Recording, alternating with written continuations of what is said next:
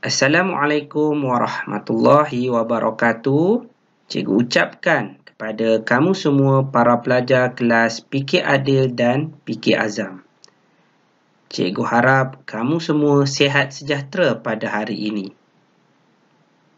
Seperti biasa, pada setiap hari Ahad, kamu semua akan bersama-sama dengan Cikgu Hafiz untuk sesi pengajaran dan pembelajaran dari rumah bagi subjek Pendidikan Islam tingkatan 1 KSSM Pendidikan Khas.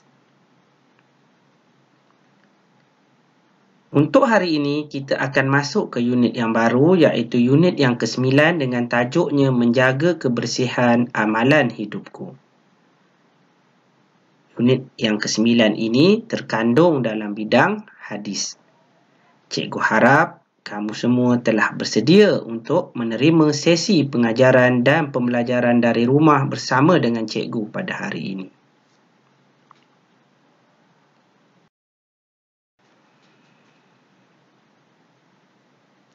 Seperti yang telah cikgu jelaskan kepada kamu, bidang yang akan kita pelajari pada hari ini adalah berkenaan dengan hadis. Unit yang akan kita pelajari pada hari ini adalah unit yang ke-9, Menjaga Kebersihan Amalan Hidupku. Standard kandungan bagi sesi PDPR kita pada hari ini adalah 4.2, mengamalkan kebersihan dalam hidup menurut syariat Islam berdasarkan potongan hadis Nabi yang berbunyi At-tuhuru syadrul iman.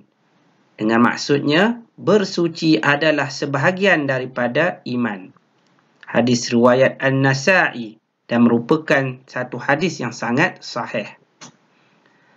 Standard pembelajaran kita 4.2.1 menyatakan makna hadis bersuci adalah sebahagian daripada iman. 4.2.2 menyatakan kepentingan kebersihan dalam kehidupan seharian. Objektif pembelajaran kita pada hari ini, pada akhir pengajaran ini kamu semua akan dapat menyatakan makna hadis iaitu bersuci adalah sebahagian daripada iman secara lisan ataupun secara latihan. Yang keduanya, kamu semua akan dapat menyatakan 6 kepentingan menjaga kebersihan di dalam kehidupan seharian.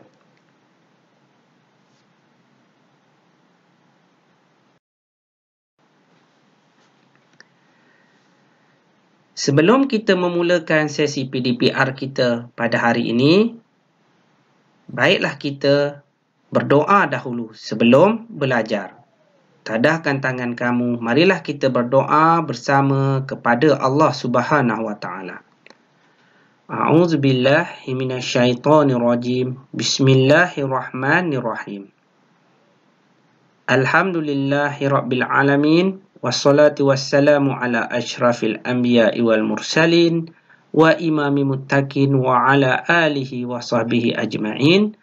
Allahumma tah alaina hikmataka wansyur alaina min khazaini rahmatika ya arhamar rahimin. Rabbana atina fid dunya hasanah wa fil akhirati hasanah wa qina azabannar. Amin amin ya rabbal alamin. Alhamdulillah, kita telah selesai membaca doa. Sekarang, marilah kita bersama-sama menjalankan aktiviti PDPR.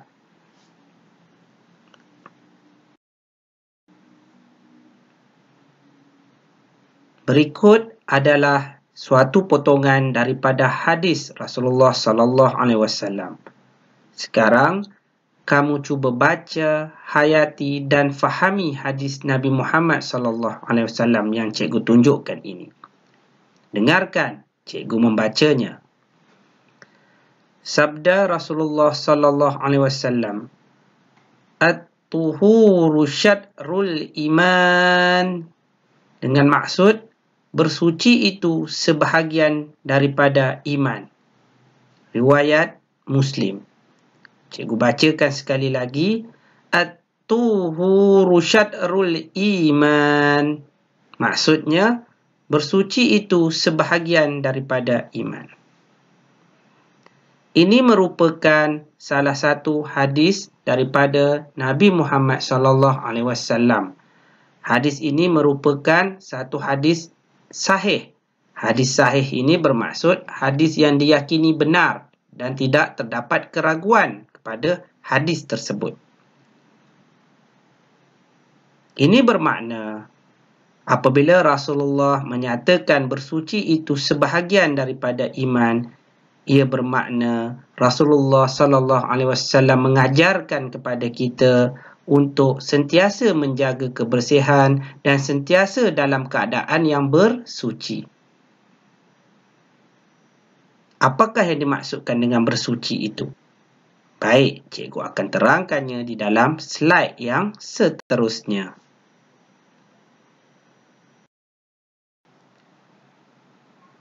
Sebelum cikgu menerangkan kepada kamu berkaitan maksud bersuci, baiklah kita mengetahui terlebih dahulu kenapa agama Islam sangat mementingkan kebersihan. Agama Islam merupakan agama yang mulia.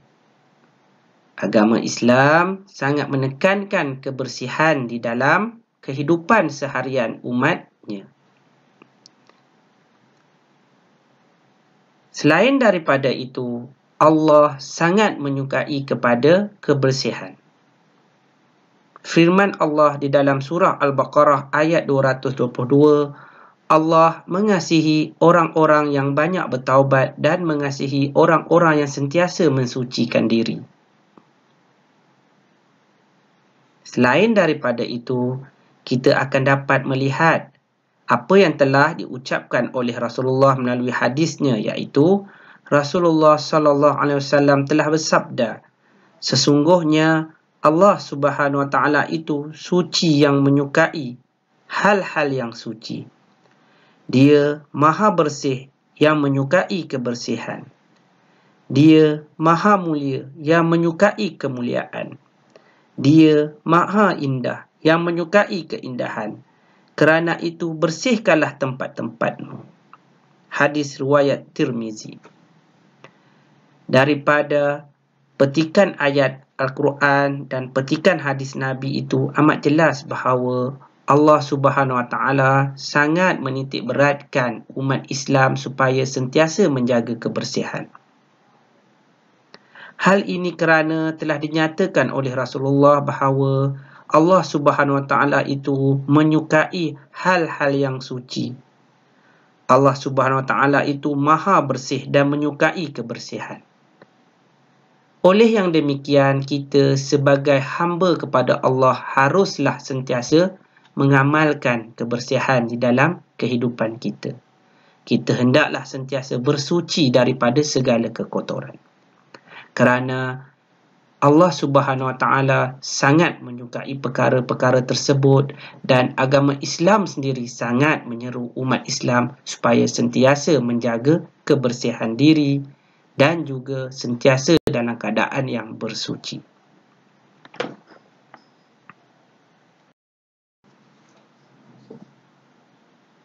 Sekarang cikgu akan menerangkan kepada kamu apakah yang dimaksudkan dengan amalan bersuci.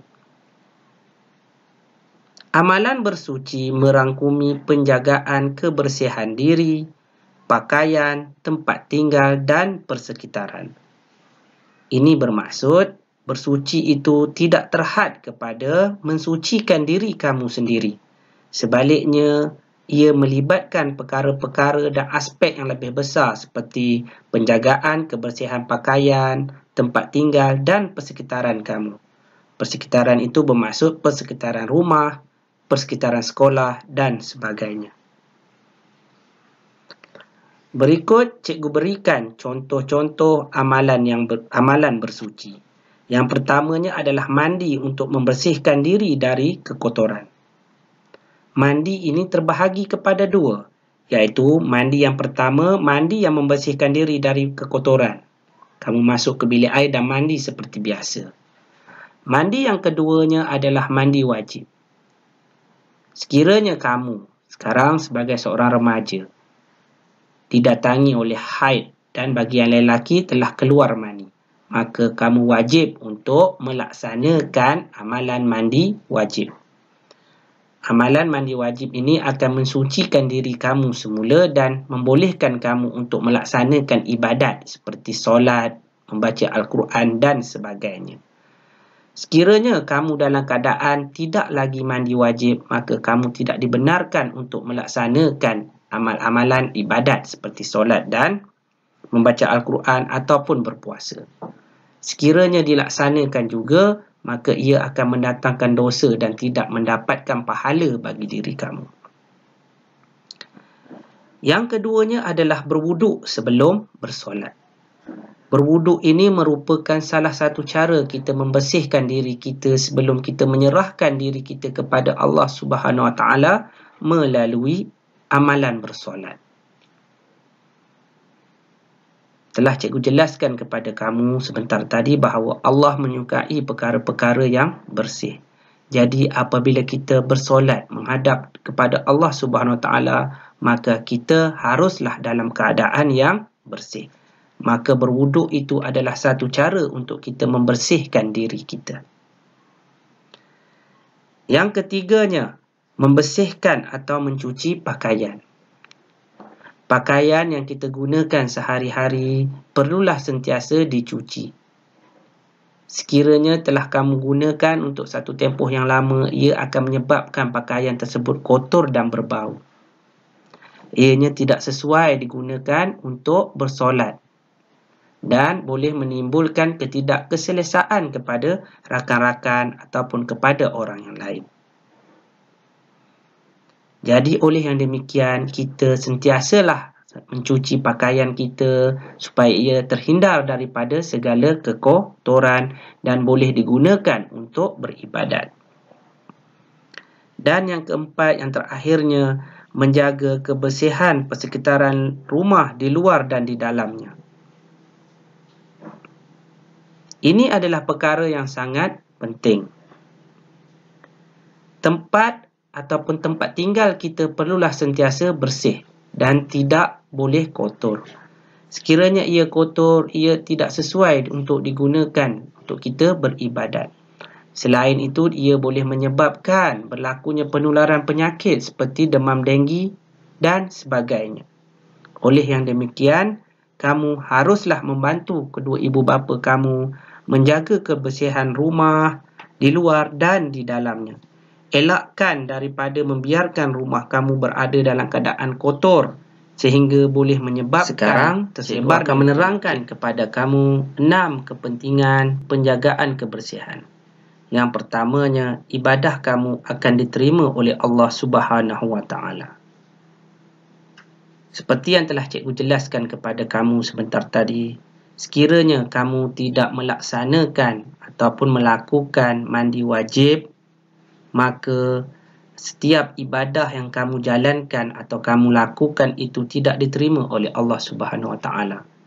Sekiranya kamu telah melaksanakan mandi wajib dan melakukan ibadah tersebut, maka ianya akan diterima oleh Allah Subhanahu Wa Taala kerana kamu dalam keadaan suci dan bersih.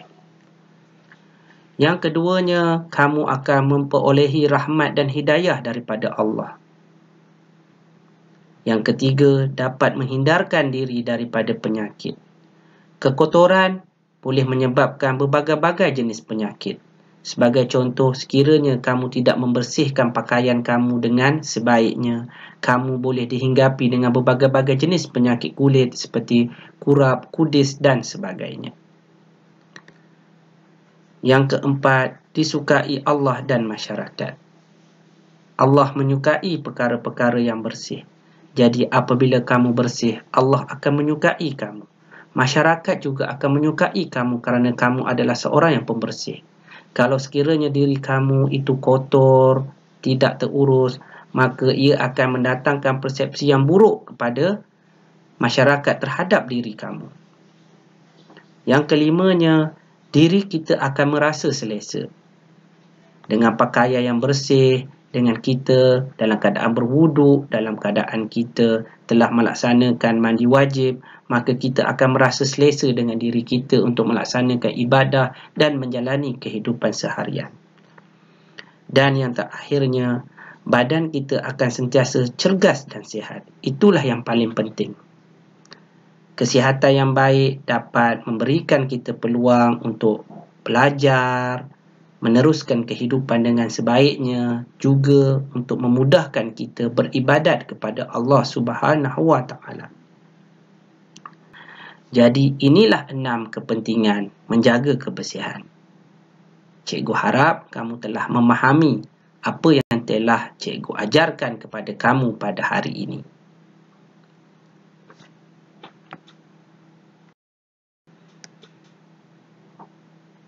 Kita telah sampai ke penamat sesi PDPR kita pada hari ini.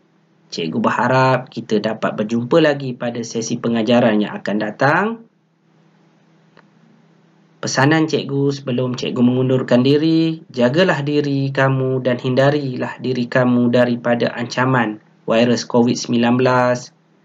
Siapkan latihan atas talian yang telah cikgu berikan. Pada selepas ini nanti kamu boleh klik pada pautan yang cikgu beri di grup WhatsApp kelas untuk menjawab latihan secara atas talian. Sekiranya kamu mempunyai sebarang kesulitan ataupun sebarang masalah, maklumkan sahaja pada cikgu, hubungi cikgu pada bila-bila masa sahaja di aplikasi WhatsApp. Kamu juga boleh menelefon cikgu kalau sekiranya sangat penting. InsyaAllah, cikgu akan membantu kamu sekiranya diperlukan dengan izin Allah Subhanahu Wa Taala. Baik, jumpa lagi pada sesi pengajaran akan datang. Cikgu sayangkan kamu semua. Assalamualaikum warahmatullahi wabarakatuh. Belajar dan terus belajar walaupun kita di dalam ancaman virus COVID-19, insya-Allah. Assalamualaikum.